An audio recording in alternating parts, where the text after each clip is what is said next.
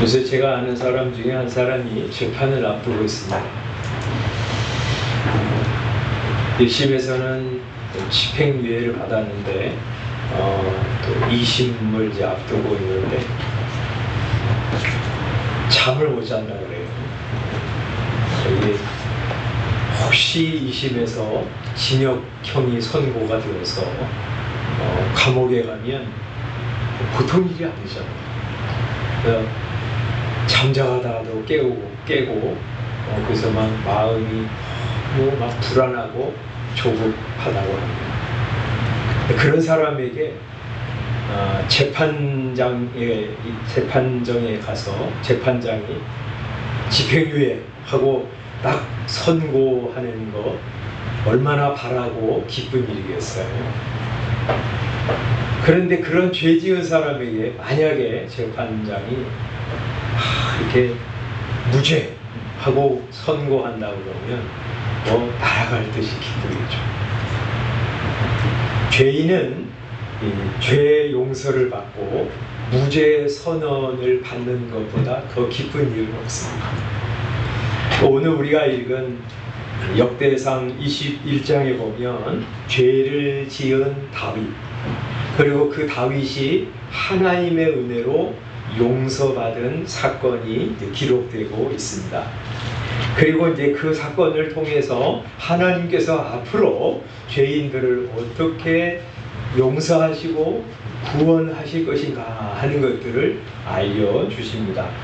그래서 이 주보에 기록된 것처럼 오늘 이제 세 부분을 가지고 말씀을 전할 텐데, 하나는 오르날의 타작마당에서 일어났던 일, 두 번째는 그것이 성전에 어떻게 적용되는 것인지, 세 번째는 그 성전의 실체이신 예수 그리스도에게 어떻게 이어지는지 하는 거 살펴보려고 합니다.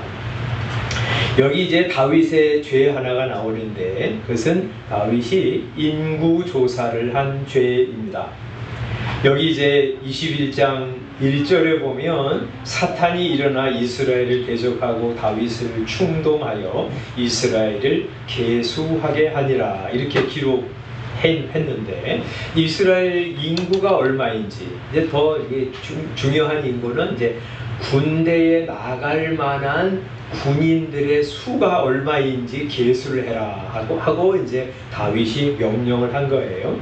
요압 장군과 지도자들이 그 이제 명령을 받고 요압이 그거는 아닙니다 하고 왕에게 건의를 하는 거죠. 그걸 통해서 다윗이 무슨 죄를 지었는가, 인구 조사를 한 것이 왜 죄인가 하는 것들이 드러나는데, 이 요압이 왕의 명령을 받고 다윗 왕에게 3절에 보면 이렇게 건의를 드려요.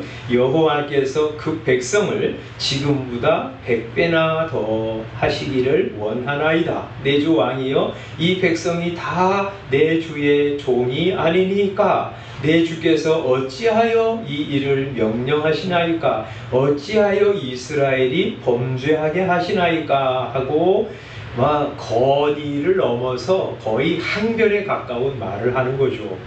왜 이런 명령을 하십니까? 이거는 왕도 그렇고 이스라엘 백성들도 범죄하게 하는 일입니다. 그거 하지 마십시오 하고 건의를 드리는 거죠. 이걸 통해서 요압은 우리가 이제 성경 사무엘 상하 이런 데 보면 요압이 그렇게 믿음 좋은 사람이 아니에요. 그죠? 근데 믿음 좋은 사람이 아닌데도 불구하고 다윗의 명령을 받을 때 이거는 하나님 앞에서 잘못된 명령이다, 이거 큰일 나는 일이다, 이렇게 생각했기 때문에 이 다윗 왕에게 그럼 하지 마십시오 하고 말씀을 드린 거죠.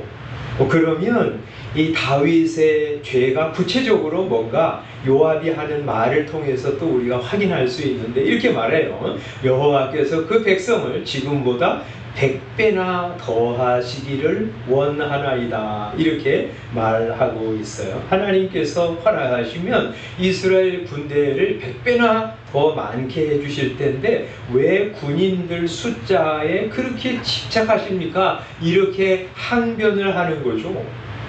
그러니까 이 다윗은 지금 무슨 생각을 하고 있는 거냐면 이스라엘 군대가 더 많아지면 이 침공해 오는 대적들을 능히 물리칠 수 있고, 그리고 주변에 있는 나라들 우리가 훨씬 더 잘 정복할 수 있을 텐데, 이런 생각을 가진 거예요. 이거는 뭐 일반 왕이라면 자연스러운 생각일 수 있지만, 그러나 하나님께서 지금까지 다윗을 왕으로 세우시고, 우리 지난번에 쭉 봤잖아요. 다윗이 어디로 가든지 여호와께서 이기게 하셨다 하는 그런 말씀을 보면, 다윗이 어떤 사람, 이 다윗이 뭐 용맹한지 아니면 군대가 얼마 많은지 그게 중요한 것이 아니고, 다윗이 하나님을 공경하고 하나님 중심 삼고 나갈 때 하나님이 그 믿음과 사랑을 보시고 다윗에게 늘 승리를 가져다 주신 거라는 말씀이잖아요. 그런데 그런 하나님의 은혜 역사는 다 잊어버리고 군대 수가 많아야 우리는 이긴다, 이런 생각을 하는 것은 하나님 앞에 잘못이요 죄라는 것이죠. 하나님이 행하신 지금까지의 역사를 다 잊어버리고 그는 군인들의 숫자를 의지하고 있는 것이에요. 그럴 때 하나님께서 이스라엘을 치기 시작하셨어요. 그래서 그 하나님의 징계가 오자 다윗은 자기가 행한 일이 하나님을 향한 죄라는 사실을 깨닫게 되었습니다. 그래서 8절에 다윗이 하나님께 이렇게 회개합니다. 다윗이 하나님께 아뢰되 내가 이 일을 행함으로 큰 죄를 범하였나이다. 이제 간과하옵나니 종의 죄를 용서하여 주옵소서. 내가 심히 미련하게 행하였나이다 하고 회개하고 있습니다. 또 여기 뒤에 보면 뭐라고 이제 잘못을 고백하냐면 17절에 하나님께 아뢰되, 다윗이 고백한 거죠. 명령하여 백성을 계수하게 한 자가 내가 아닙니까? 범죄하고 악을 행한 자는 곧 저입니다. 이렇게 고백하고 있습니다. 그렇게 회개하면서 하나님께서 이스라엘을 향한 이 전염병이 돌기 시작했거든요. 그 전염병을 멈추어 달라고, 이 재앙을 그치게 해달라고 간구할 때 하나님께서 명령을 내리십니다. 뭐라고 명령을 내리시냐면, 오르난의 타작마당으로 올라가서 거기서 여호와께 제사를 드리라, 그렇게 말씀하십니다. 이 18절이죠. 여호와의 천사가 갓에게 명령하여 다윗에게 이렇게 말씀을 전합니다. 다윗은 올라가서 여부스 사람 오르난의 타작마당에서 여호와를 위하여 제단을 쌓으라. 그런 명령을 받고 다윗이 오르난의 타작마당으로 올라갑니다. 19절이죠. 여호와 이름으로 이른 말씀대로 다윗이 올라갑니다. 그곳에서 오르난의 타작마당을 돈을 주고 사가지고 거기서 번제와 화목제를 드립니다. 하나님께 제사를 드릴 때 여기 26장에 보면 여호와께서 하늘에서부터 번제단 위에 불을 내려 응답하시고 하나님이 그의 제사를 받으신 거죠. 그리고 여호와께서 천사에게 명령하시자 천사가 칼을 칼집에 꽂았습니다. 예루살렘을 향해서 칼을 들어서 멸하려고 하던 천사의 칼을 자기의 칼집에 꽂았습니다. 이것이 이제 오르난의 타작마당에서 일어났던 이 사건의 요약입니다. 그리고 이제 그곳에 솔로몬이 여호와의 성전을 건축했습니다. 이 성전이 오르난의 이 타작마당에 건축된 것은 그곳에서 지금 일어난 일들이 성전에도 그대로 적용된다는 것을 뜻합니다. 근데 우리 세 가지 얘기 이제 한번 한 거잖아요. 첫 번째는 말이죠. 성전은 어떤 사람이 가는 것이냐? 의로운 사람이 가는 것이 아니라 죄인이 가는 것이다 하는 거 알려주시죠. 다윗이 오르난의 타작마당에 가서 번제와 화목제를 드리고 회개해서 용서를 얻은 것처럼 죄를 깨닫는 사람이 하나님의 성전에 나가서 죄를 회개하고 제사를 드리는 것이죠. 그래서 죄인에게도 희망이 있는 것입니다. 또 하나님께서 그 죄 지은 다윗에게 어디에 가서 제사를 드리라고 하시냐면 오르난의 타작마당에 가서 제사를 드리라고 그랬어요. 거기에 이제 여호와의 천사가 칼을 들고 지금 예루살렘 주민들을 징벌하려고 다 서 있는 건데 그곳에 가서 제사를 드리고 그럴 때 하나님께서 용서해 주신 것이죠. 죄인들을 위해서 한 장소를 지정하신 것입니다.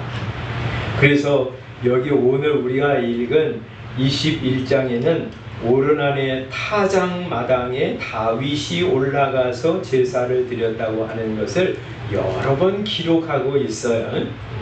그래서 여기 이제 아까 우리 봤지만 18절에 하나님께서 다윗에게 여부스 사람 오르난의 타작마당에서 여호와를 위하여 제단을 쌓으라 이렇게 명령하시잖아요. 그래서 이제 다윗이 말이죠. 19절에 보면 여호와의 이름으로 이런 말씀대로 다윗이 그 타작마당으로 올라간 거예요. 그래서 이제 거기 올라갔더니 오르난이 4명 아들과 함께 타작을 하다 숨어 있다가 다윗이 오는 것을 보고 나가서 영접합니다. 그럴 때 이제 22절에 보면 다윗이 오르난에게 이렇게 말하죠. 이 타작하는 것을 내게 넘기라. 너는 상당한 값으로 내게 넘기라. 내가 여호와를 위하여 여기 이 타작마당에서 한 제단을 쌓을 것이다. 그리하면 전염병이 백성 중에서 그치리라. 이렇게 말합니다. 오르난이 이렇게 말합니다. 내가 다 드리겠습니다. 그랬더니 그렇지 않다. 내가 상당한 값을 주고 이것을 반드시 살이라. 내 물건을 빼앗아서 여기서 번제를 드리지 않을 것이다. 그러면서 25절에 다윗은 그 타작마당 터 값으로 금 600세겔을 달아 오르난에게 주었고요. 26절에 보면 다윗이 거기서 여호와를 위하여 제단을 쌓았습니다. 그럴 때 하나님께서 응답하셨고 재앙을 멈추셨습니다. 28절에도 보면 이때 다윗이 여호와께서 여부스 사람 오르난의 타작마당에서 응답하심을 보고 거기서 제사를 드렸다. 응답하심을 보고 다윗은 거기서 또 제사를 드린 거죠. 그리고 나서 22장 1절에 보면 다윗이 이렇게 말해요. 다윗이 이르되 이는 여호와 하나님의 성전이요 이스라엘의 번제단이다. 이렇게 말합니다. 그리고 역대하 3장에 보면 그 아들 솔로몬이 이제 다윗을 이어 왕이 된 후에 성전을 건축하잖아요. 성전을 건축했는데 그것을 어디에 건축했냐? 3장 1절에 보면 이렇게 이제 기록하고 있어요. 솔로몬이 예루살렘 모리아산에 여호와의 전 건축하기를 시작했는데 그곳은 전에 여호와께서 그의 아버지 다윗에게 나타나신 곳이요 여부스 사람 오르난의 타작마당에 다윗이 정한 곳이라 이렇게 말하고 있어요. 하나님께서 다윗에게 나타나신 것이고 그리고 이 다윗이 여기가 하나님의 성전이 세워질 성전터야 하고 정한 곳 그곳에 이제 솔로몬이 성전을 건축했다고 말하는 거예요. 그죠? 그래서 성전은 아무데나 건축한 것이 아니고요. 하나님께서 다윗의 죄를 용서하신 그곳, 하나님께서 정하시고 다윗이 정한 그곳에 성전이 건축된 것입니다. 그래서 이스라엘에는요, 성전이 꼭 한 곳 있었어요.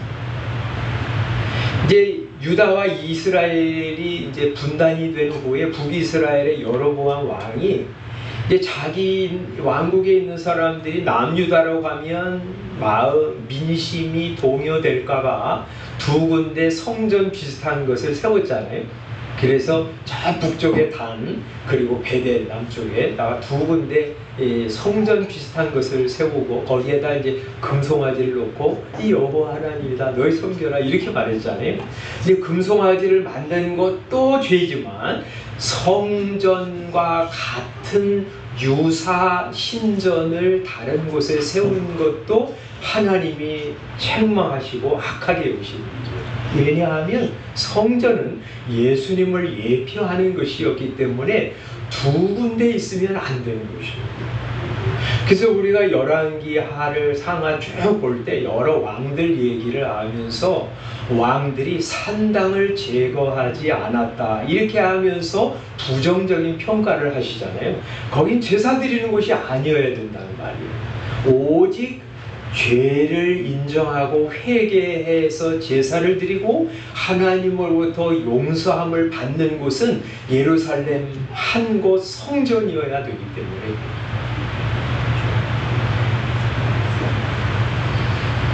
그래서 세 번째로 죄인은 그 하나님께서 지정하신 성전으로 나아가서 자기 죄를 인정하고 고백하고 회개하면 다윗과 같이 죄를 사해 주시는 은혜의 장소가 성전입니다. 하나님은 그곳에서 제사를 받으시고 심판을 거두십니다. 아라우나의 오르난의 타작마당에서 일어난 일이 그대로 성전에 적용되는 거예요. 그리고 세 번째로 그것이 바로 그리스도에게로 그대로 성취됩니다. 예수님은 성전의 실체로 오셨어요. 그래서 이제 성전을 정화시킨 후에 이 바리새인들이 나와서 유대인들이 당신이 이거 무슨 권세로 이런 일을 하느냐 그렇게 항의를 하니까 예수님은 그렇게 말씀하잖아요. 너희가 이 성전을 헐라 내가 사흘 만에 일으키리라 말씀하시잖아요. 사람들은 이 무슨 말인지를 몰랐어요. 그런데 예수님은 자신이 성전으로 오신 성전의 실체라고 말씀하신 거죠. 그러지 않겠어요? 예수님은 하나님이신데 하나님이 이 세상에서 오셔서 이 자기를 나타내셨으니 그분이 성전이잖아요. 그 성전의 실체로 오신 예수님 그분에게 일어난 일들이 말이죠. 오르난의 타작마당 그리고 성전에서 일어난 일들이 그대로 예수님에게 성취되는 거죠. 성전이 죄인을 위한 장소인 것처럼 예수님은 죄인의 구주로 오셨습니다. 죄인을 위해서 오셨습니다. 그래서 예수님 뭐라 그러셨어요? 인자가 온 것은 의인을 부르러 온 것이 아니오 죄인을 부르러 왔노라고 말씀하셨어요. 그래서 세상에서 제일 예수 믿는데 걸림돌이 되는 사람이 누구냐면 나 괜찮은 사람이야 나는 죄 지은 일이 없어 이런 사람 그런 사람은 예수님을 필요로 하지 않아요. 예수님이 오신 이유를 모릅니다.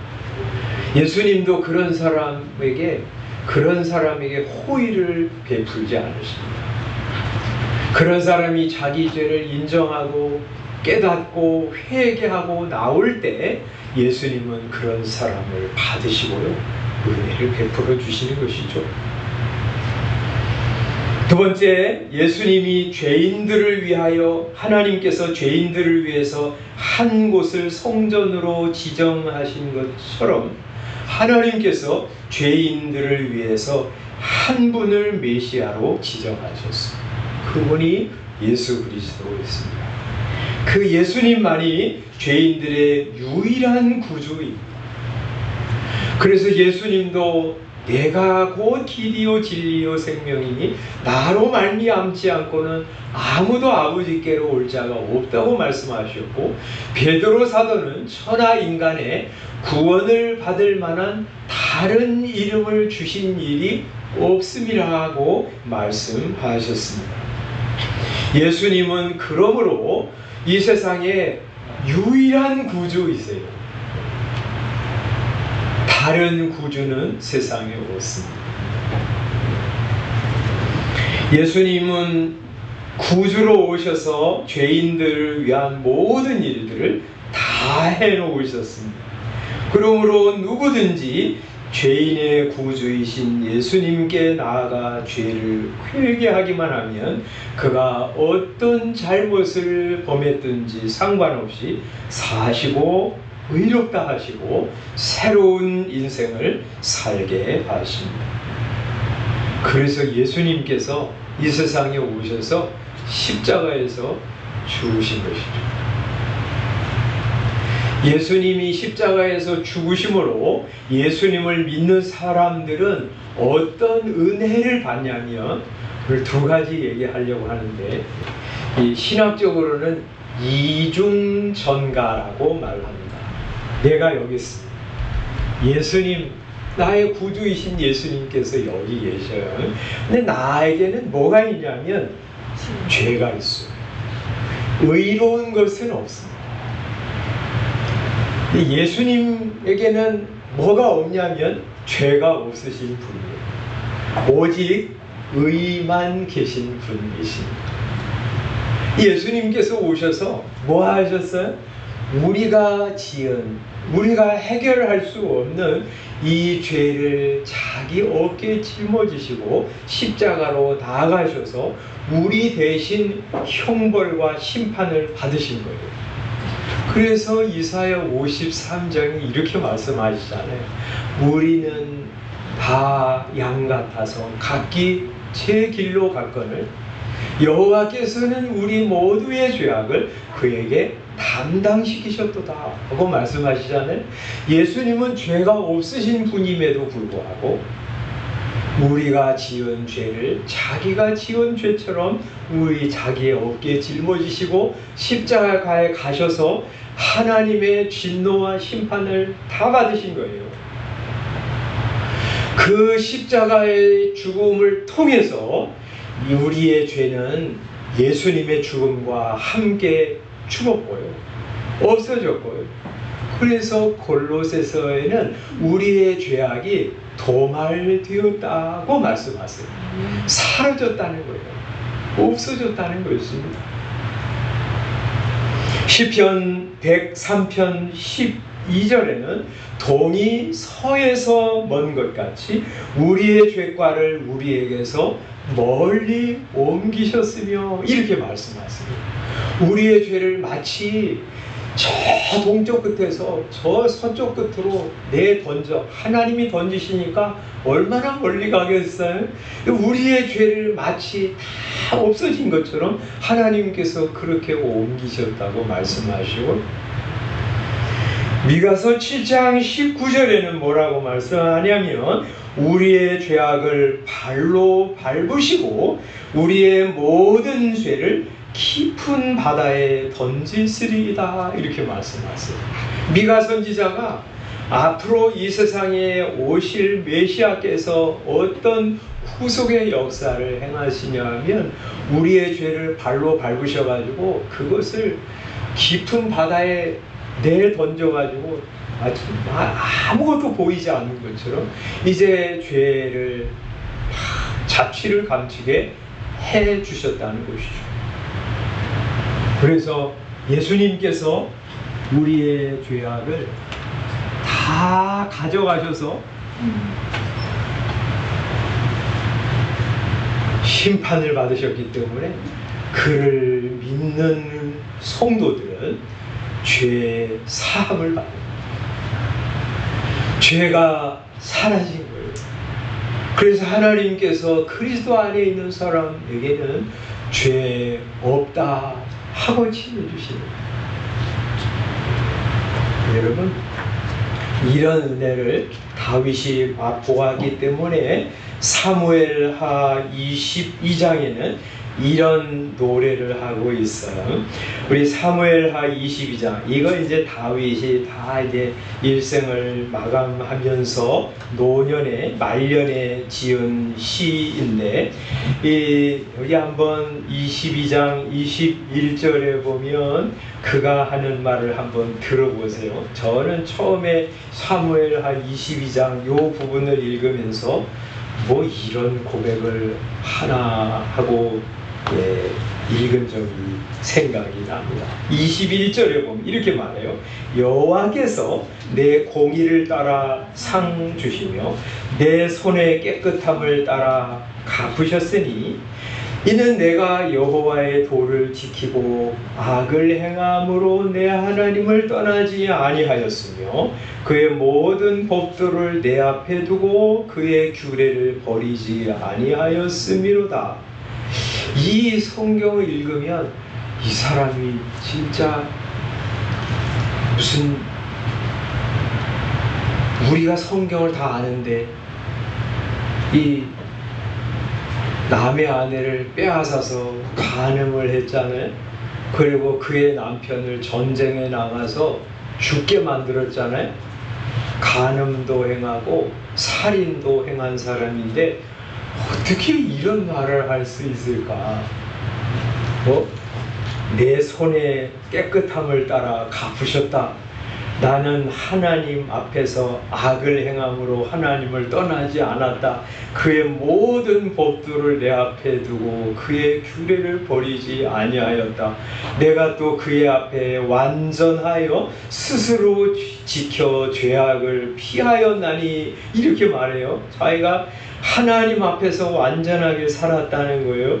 그러므로 여호와께서 내 의대로 그의 눈앞에서 내 깨끗한 대로 내게 갚으셨도다. 이런 말씀을 하는 거예요. 이해가 안 되잖아요. 우리가 성경 모르는 사람도 아니고. 그런데 어떻게 이런 표현을 할 수 있나? 그는 말이죠, 하나님의 은혜로 앞으로 이 세상에 오실 메시아를 내다 본 사람이고요. 메시아께서 오셔서 자기가 지은 이렇게 사람 앞에서도 하나님 앞에서는 더욱 흉악한 죄 다 용서하시고 그 죄를 십자가에 못 박을 것을 미리 내다보면서 알았기 때문에 이런 고백을 한 것이 아니에요. 그 외에는 설명을 할 수가 없어요. 이 사람이 우선 나이가 들어서 다 잊어버렸기 때문에 이런 고백을 하는 거였습니까? 아니면 어떤 정치인들처럼 뻔뻔해가지고 자기가 그렇게 심각한 죄를 짓고도 나는 그런 거 한 일 없습니다 하고 오리발을 내미는 사람이었기 때문에 이런 표현을 하는 게 아니에요. 다윗은 말이죠, 자기가 죽을 때까지 한 가정을 박살내고 남편을 죄 없는 충성스러운 신하를 죽인 것을 결코 잊어버리지 않았어요. 근데 어떻게 이런 표현을 했냐면, 앞으로 이 세상에 오셔서 자기의 죄를 다 담당하고 죽으실 메시아 그분을 바라보면서 믿음으로 고백한 것이라고 생각합니다. 여러분, 십자가 예수님께서 달리실 때 그 옆에 강도가 두 가지를 고백했어요. 하나는 자기가 죄인이라고 하는 사실, 또 하나는 자기 옆에 달려 돌아가시는 예수 그리스도, 저 예수가 죄인의 구주라고 하는 사실을 알고 고백했어요. 그래서 그분에게 이렇게 간청하잖아요. 예수여, 당신의 나라에 임하실 때 나를 생각하소서. 나를 기억해 달라고 기도합니다. 그럴 때 예수님께서 그에게 단번에 이렇게 약속하시죠. 오늘 내가 나와 함께 낙원에 있습니다. 그리고 그가 죽어서 천국에 갔습니다. 여러분, 천국은 어떤 곳입니까? 죄인은 들어갈 수 없는 곳이에요. 죄는 한 가닥도 들어갈 수 없는 것이 죄의 천국입니다. 그럴 수밖에 없죠. 천국에도 죄를 가지고 가면 그게 무슨 천국이겠습니까? 거기 가서 미워하고, 거기 가서 싸우고, 거기 가서 다투고 죽이면 그게 무슨 천국이겠어요? 천국은 죄가 하나도 없는 사람이 들어가는 것입니다. 그런데 조금 전까지 흉악한 죄를 지어서 사람들에게 정말 저는 죽여야 돼요. 저주받은 그런 죄인이 어떻게 단숨에 죄를 다 씻음받고 천국에 들어갈 수 있겠습니까? 예수님께 자기의 죄를 인정하고 예수님을 구주로 고백할 때 예수님께서 그의 죄를 다 그 자리에서 용서하셨기 때문에 그가 천국에 들어갑니다. 예수 믿는 성도, 예수님 앞에 나온 사람들, 그가 어떤 삶을 살았든지 상관없이 우리 주님이 그의 지난날의 죄를 다 씻어주십니다. 그리고 죄 없다고 선언해 주십니다. 무죄 선언해 주시는 것이죠. 죄를 깨닫고 그거 가지고 감싸안고 힘들어하고 괴로워한 사람은 예수 믿고 죄 용서함을 받은 것이 정말 기쁜 소식으로 다가오는 거예요.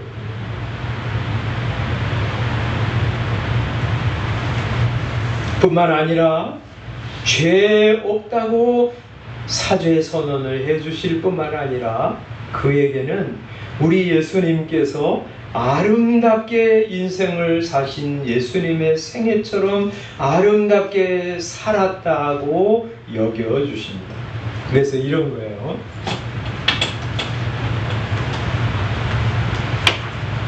우리에게는 의가 없어요. 예수님에게만 의가 있습니다. 예수님은 이 땅에 사시는 동안 하나님의 말씀을 온전히 준행하셨고 하나님 앞에서 아무 흠 없는 인생을 사셨어요. 그것을 예수 그리스도를 믿는 우리들에게 거저 덧입혀 주세요. 그래서 이 의를 우리에게 주시는 거예요. 그래서 이중 전가라고 그래요. 우리의 죄는 예수님께서 가져가셔서 십자가에서 형벌받으셔서 도말하시고 예수님께서 사신 아름다운 생애를 의로움을 우리가 산 것처럼 우리에게 전가해 주시는 거예요.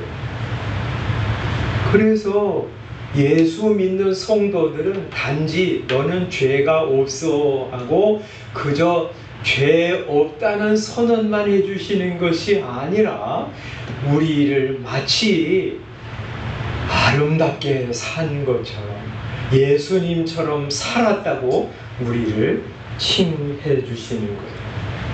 그래서 우리 몇 년 전에 하이델베르크 요리문답 우리 한번 오후 시간에 공부를 했잖아요.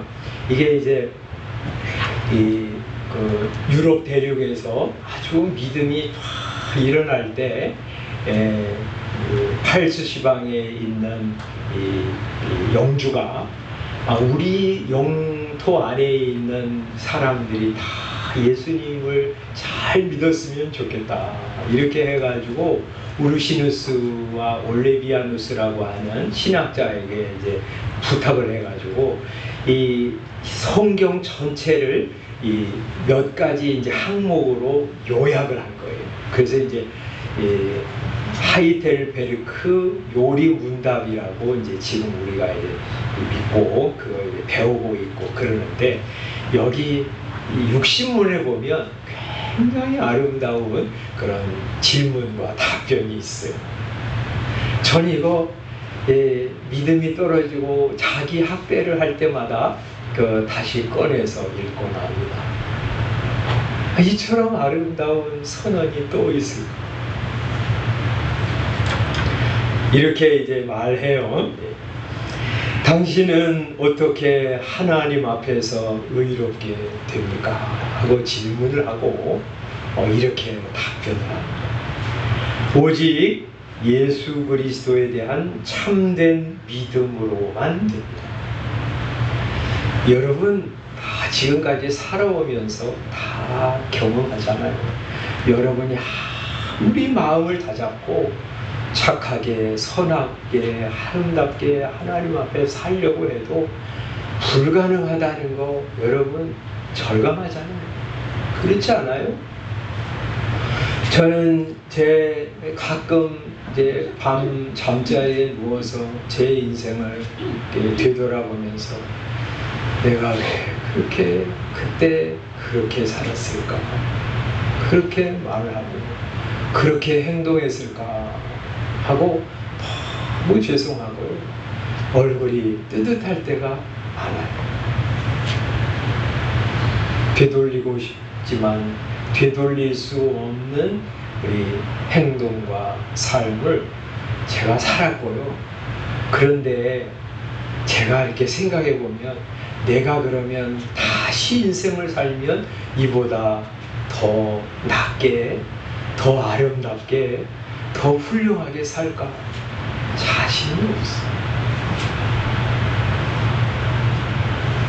10번, 100번, 1000번을 살아도 이 자연인으로는 하나님 앞에 의롭게 아름답게 살 능력이 없어요. 그런데 세상에 단 한 분 하나님의 말씀을 온전히 준행하시고 하나님 앞에 아름답고 온전한 삶을 사신 그 예수 그리스도께 나아가서 예수님의 손을 다 붙드는 순간 우리의 지난 날의 죄는 다 용서해 주시고 우리에게 예수님께서 사신 아름다운 의를 우리에게 전가해 주시고 덧입혀 주시는 거예요. 그래서 그렇게 고백하는 거예요. 당신은 어떻게 하나님 앞에서 의롭게 됩니까? 오직 예수 그리스도에 대한 참된 믿음으로만 됩니다. 비록 내가 하나님의 모든 계명을 크게 어겼고 단 하나도 지키지 않았으며 실제로는 단 하나도 지키지 않았어요. 겉으로는 지키고 일부분은 지켰을커녕 하나님의 말씀을 온전히 지킨 것은 하나도 없습니다. 여전히 모든 악으로 향하는 성향이 있다고 나의 양심이 고소하지만 하나님께서는 나의 공로가 전혀 없이 순전히 은혜로 그리스도의 온전히 만족하게 하심과 의로움과 거룩함을 선물로 주십니다. 하나님께서는 마치 나에게 죄가 전혀 없고 또한 내가 죄를 짓지 않은 것처럼 여겨주시며 실로 그리스도께서 나를 위하여 이루신 모든 순종을 내가 직접 이룬 것처럼 여겨주십니다. 오직 믿는 마음으로만 나는 이 선물을 받습니다. 이게 저의 고백입니다. 예수 그리스도를 떠나서는 나는 흉악한 죄인으로만 드러날 뿐입니다. 온갖 죄를 가지고 하나님 앞에 서면 심판받을 것밖에 없는 죄인. 그런데 우리 구주께서 세상에 오셔서 내가 지은 죄는 자신의 어깨에 다 짊어지시고 십자가로 나아가셔서 거기서 하나님의 엄중한 진노와 심판을 다 받으심으로 내가 받을 형벌을 대신 담당하셨고 거기서 내가 지은 죄를 다 도말해 주셨어요. 그래서 그 예수 그리스도를 믿는 나를 향해서 하나님은 죄가 없다고 여겨주십니다. 그래서 그것을 이 기독교에서는 위대한 용어로 이신칭의라고 합니다. 종교개혁을 시작한 루터가 우리의 외친 구호였고 우리가 꼭 붙들고 있는 진리입니다. 예수 그리스도 때문에 나는 죄 없는 의인이 되었고요. 단지 죄 없는 사람이 될 뿐만 아니라 그리스도께서 행하신 아름다운 인생을 내가 살았다고 여겨주세요. 그리스도 안에 있는 성도들은 하나님께서 그런 시각으로 바라보세요. 그래서 성도들을 하나님이 사랑의 눈으로 바라보시는 것이고요, 축복하시는 것이고요, 떠나지 않으시는 것이고요, 함께 하시고 마지막 천국에 들어갈 때까지 우리 손을 붙들고 가시는 이런 은혜를 받은 성도이기 때문에 이제 성도는 예전에 더럽고 흉악한 죄 가운데로 다시 돌아가지 않으려고 하는 것. 그리고 나를 이렇게 의롭게 아름답게 만드시는 예수 그리스도 사랑하면서 가는 그런 여러분 다 되시기를 주님의 이름으로 축원합니다. 기도하겠습니다.